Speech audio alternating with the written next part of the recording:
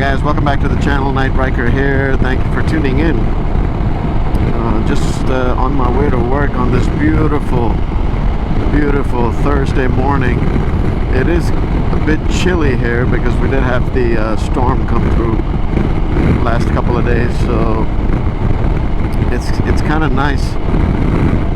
It's kind of nice to have the temperature drop a little bit. So it's still going to go up in the high 70s today, but this morning the ride is nice and cool, which is a welcome change.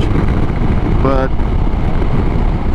as I'm going to work today on the highway, as you all know if you haven't watched my videos, half of my stretch is on the highway and the other half is on the inside roads. Usually it's alright on the highway, but when I'm going to work on 75 North, this stretch of the highway, there are a lot of trucks. Because you're going out of the, you're getting out of the city, out of the suburbs, and now you have all these trucks here that are, on their way out to other cities, other states, trying to make their deliveries. And the speed limit here also raises to 70 miles an hour, so that means pretty much everybody is doing over 75 or even close to 80 miles an hour. So at that speed, if you have a Ryker and you have a situation like mine, I just want to let you know, if you don't have one, rather, especially, it depends where you're living, but in this situation where now I have a truck here, I have a truck there, you will get blown around quite a bit. I mean, after all, this is a lighter vehicle, so as it is, if the air hits you, you tend to go side to side as the air hits you from the side. So plus this is not really a it doesn't have the kind of fairings where it would, the air would channel around you. So if you own a Ryker, you know what I'm talking about. Like, your arms are getting hit, your legs, especially down here by the knees, it's all open, it's getting hit. Your legs feel the air, even though the pressure is a little less because of these scoops on either side. But yeah, I mean, your arms feel it, and I'm sure some of that can be rectified with a bigger windscreen and some winglets to the side. But I just wanted to let the people know who are thinking of buying a Ryker and will be commuting on the highway, is when it's a little windy, or when you have a lot of traffic like trucks outside and you get stuck in their wake, you will be bounced around a little bit. So the best thing I would describe this, at least in my opinion, the closest thing this feels like is riding a naked. If you've ridden a naked bike, this is pretty much what it feels like, riding a naked bike with a small windshield. So because of this regular windshield I have on, the OEM windshield, at its highest position, it's keeping the air off my chest. But I was watching Kwasi Motard's video on Madstad windshield, and what he said was absolutely correct about these OEM windshield is just the way they are shaped are a little odd. They're like A-shaped almost, and then you have a lot of wind buffeting right here. You have a lot of air coming in through right here, so a wider windshield will definitely take care of that. But riding on the highway, I have noticed that you do get you get thrown around a little bit, and also depends on also depends. I mean, I am on the open part of the highway now, where you're out of the city, out of the suburbs, and everybody's driving fast, and you have trucks everywhere. They're trying to make their deliveries and they're going out of town, so everybody is hauling ass basically. So in that scenario, you will get thrown around. Now, if I'm going on the highway near the city, going through the city, you know, with a lot more cars, then surprisingly it's all right. So, but yeah, just wanted to let you guys know, if you're thinking of buying a Ryker, it's still fun, don't get me wrong. I'd rather, you know, I don't have any issues riding on the highway. It's just a little bit more work sometimes when you're in traffic like this. Now, when it clears up, you should be A-okay. You know, there's no other stream you have to go through of any other truck or car. You know, if you're out in the open, like once it gets down to 2 lanes and you don't have a whole lot of traffic, you should be much better. But yeah, just notice, well, I have noticed, I just never talked too much about it, the highway riding, you do get thrown around a little bit. Depends on the situation, I guess. And if you're thinking of buying one, it closely resembles a naked. Now, you know, when you're in the roads like this, on the back roads going up to 60-65 miles an hour, it's all right. It doesn't feel the same like you're on the highway doing 70-80 miles an hour.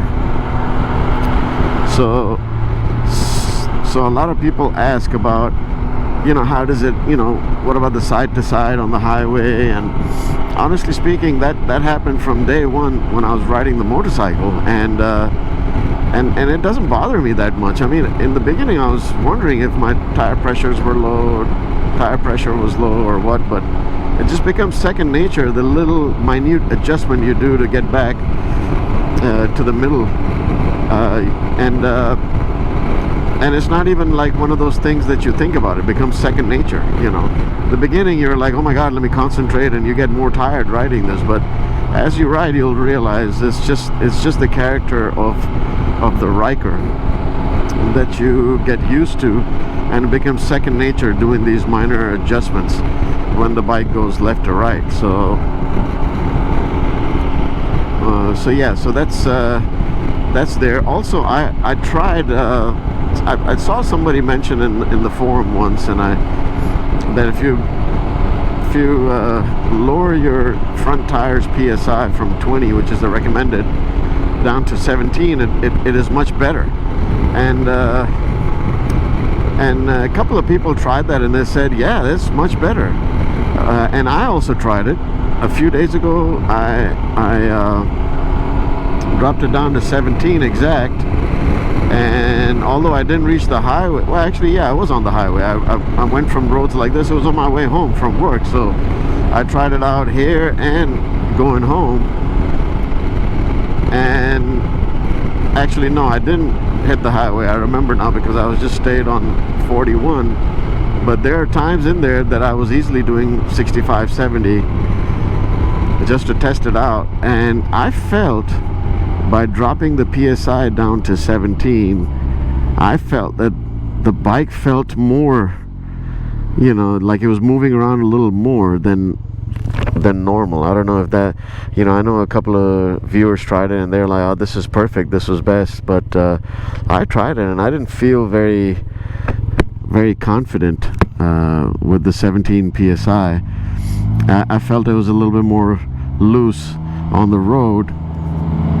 As such, that's how I felt. You know how when you have lower air pressure, and even if you're in your car, you have low air pressure, and then you make turns and you can feel like the car's, you know, floating a little bit, and it shouldn't. And that's exactly how I felt. If, you know, as best as I can describe it into words.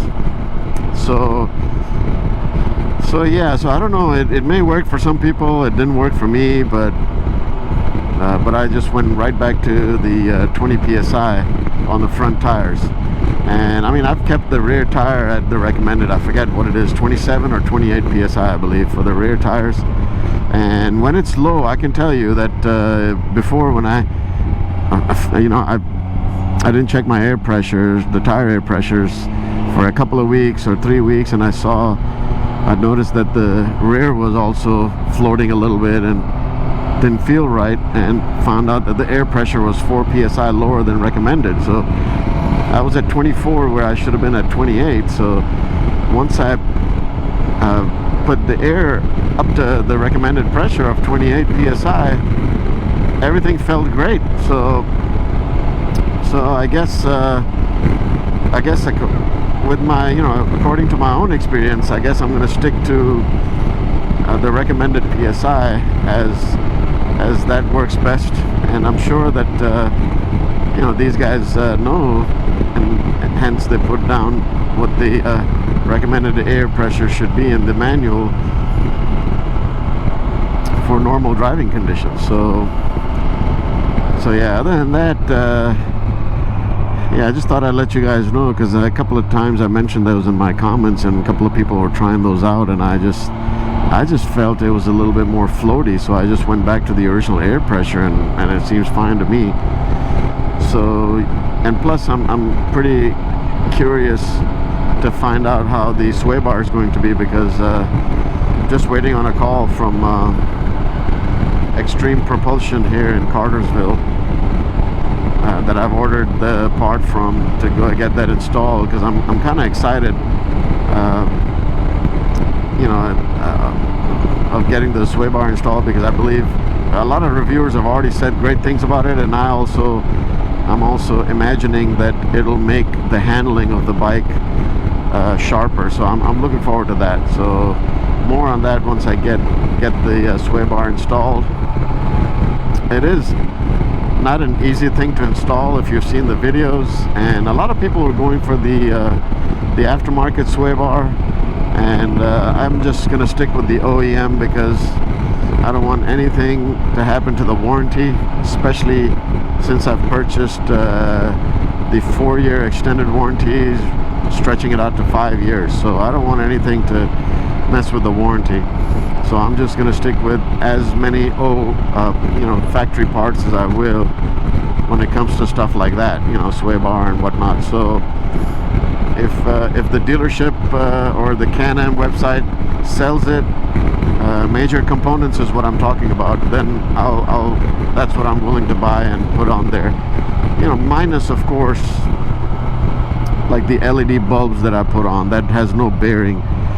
The windshield, stuff like that has no bearing. I'm just talking about components that affect riding. I would rather stay with OEM, because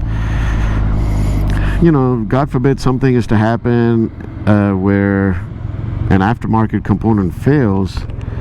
I'm sure the first people to raise their hands up will be the dealership, saying that, hey, you had an aftermarket part that failed, so there's no warranty on any of that. So obviously, they're not in the wrong, but I just don't want to be in that scenario where I'm stuck like that.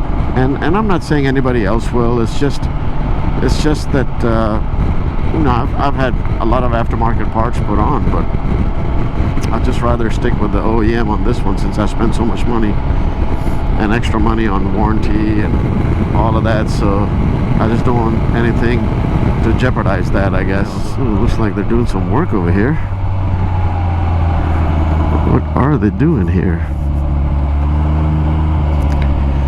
So while we're sitting here, I don't know if you can hear or notice, the vibrating sound is gone from this panel to the left, and that is the most annoying sound ever, because you can hear it. It's right down here, and it's so annoying. So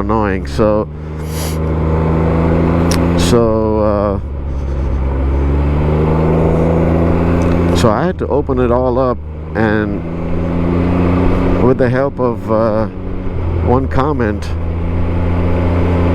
I was able to take care of that sound, and I'll bring that to you guys in the next video on how to do that, or what I have done to get the sound, to kill the sound, the sound that you get from vibrating, those panels vibrating. Finally get rid of that sound so it's not annoying anymore. 'Cause let me tell you, it got really, really annoying. And if you have a Ryker and you have this issue, you know what I'm talking about. And it's a known issue. Everybody knows about this. The dealer does. Everybody does. The forums are full of it. And I think I was chatting with Midlife Ryker, and he told me how to get rid of the sound. once he told me that, hey, you know, they open up the panel and then put some, you know, packaging material in there to get rid of the sound, I was like, okay, cool.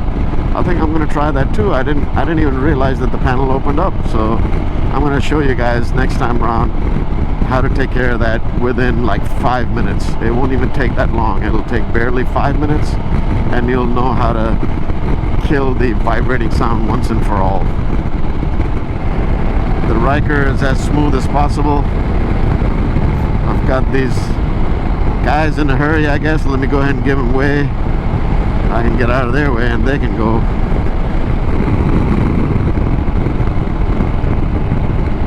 This guy really wanted to take over from the wrong side, from the right side. We've all done that, I guess. Especially when you have people driving slow in the left lane. I hate that. I don't know if you guys hate that or not. That is like my biggest peeve when I'm on the road, whether I'm in the car or on my bike. When somebody is hogging the left lane, I don't know about other states, but especially in Georgia, it really pisses me off, because people don't realize there's a law that was passed here that the police doesn't enforce much, and it is basically, if you're driving slow, move to the right. And you have many signs that show up on the highway: slower traffic, keep right. And this is not about slower than the speed limit traffic. It just says slower traffic, keep right. A lot of people argue, well, I'm doing the speed limit. I'm like, yes, but you're still considered slower traffic if somebody behind you is doing a faster speed. Then a lot of the argument comes up where, hey, but you know, they're doing faster, I'm trying to slow them down. It's not your job. Let the police do their job, you know, to slow them down. Your job is to move to the right if you are considered slower traffic. I mean, people just like to hog and drive slow in the fast lane and not give way. And a lot of people argue that those drivers driving fast are endangering the traffic around them. And you know, and there are some drivers that would endanger traffic around them when driving fast. But I would also argue, if you're driving slow and you see a car behind you coming in fast and there's nobody to your right, move to the right. What's going to happen is that car driving fast will continue to go straight. If you don't move to the right, what happens is it forces the car who's in a hurry to do this, to go between the traffic like that. That is dangerous, but I would argue that you are causing part of that danger, because I see that a lot of the drivers will not do that, will actually slow down right behind you, not flash at you or honk at you to give you a chance to move to the right so you can let the faster traffic go. But I noticed that people don't do that. I don't know why. It just bugs the heck out of me. I mean, I, for one, if I'm driving slow, like right now I'm in the left lane. Somebody I see is coming behind me that's fast, I will move to the right lane. I will not